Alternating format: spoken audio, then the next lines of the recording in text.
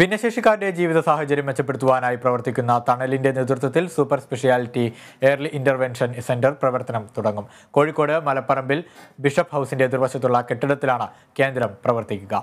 ഇന്ന് വൈകിട്ട് 3-ന് 14 ഭിന്നശേഷി വിദ്യാർത്ഥികൾ ചേർന്നാണ് ഈ കേന്ദ്രം ഉദ്ഘാടനം ചെയ്യുന്നത്. ഗർഭാവസ്ഥയിൽ തന്നെ ഭിന്നശേഷി സാധ്യതകൾ കണ്ടെത്തി മികച്ച പരിചരണം ഉറപ്പാക്കുവാനാണ് ഈ കേന്ദ്രം ആരംഭിക്കുന്നത്.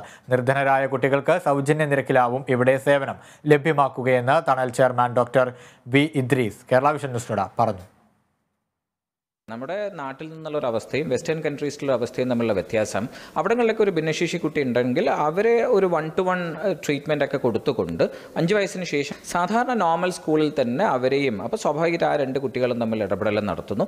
എന്തുകൊണ്ട് നമ്മുടെ നാട്ടിലും ഇത്തരം ഒരു സംഗതി ആലോചിച്ചുകൂടാ എന്നുള്ള ഒരു ആലോചനയിൽ നിന്നാണ് അവസാനം ഈ super speciality early intervention centre എന്ന് വരുന്നത്. ഒരു ഒക്കുപേഷണൽ തെറാപ്പിസ്റ്റിനെ സംബന്ധിച്ചിടത്തോളം അയാൾക്ക് ഒരു ദിവസം മാക്സിമം കൈകാര്യം ചെയ്യാൻ വേണ്ടി പറ്റുക 8-9 കേസിന് മാത്രമായിരിക്കും. അപ്പോൾ അത്രയും വലിയ ഒരു സംഗതി ആയതുകൊണ്ട് തന്നെ പ്രയാസം അനുഭവിക്കുന്ന മുഴുവൻ ആളുകൾക്കും അവരുടെ കയ്യിലുള്ള വകുപ്പ് കൊണ്ട് ഇത്തരം സൗകര്യം, ചികിത്സാ സംഗതിക്ക് ഒരു കാശ് കൊടുക്കാൻ കഴിയാത്ത ഒരാളെ പോലും ഈ ഒരു കാശിൻ്റെ വിഷയം വെച്ച് തിരിച്ചയക്കാൻ എന്തായാലും ഈ തണലും ഇക്കയും തയ്യാറാവില്ല.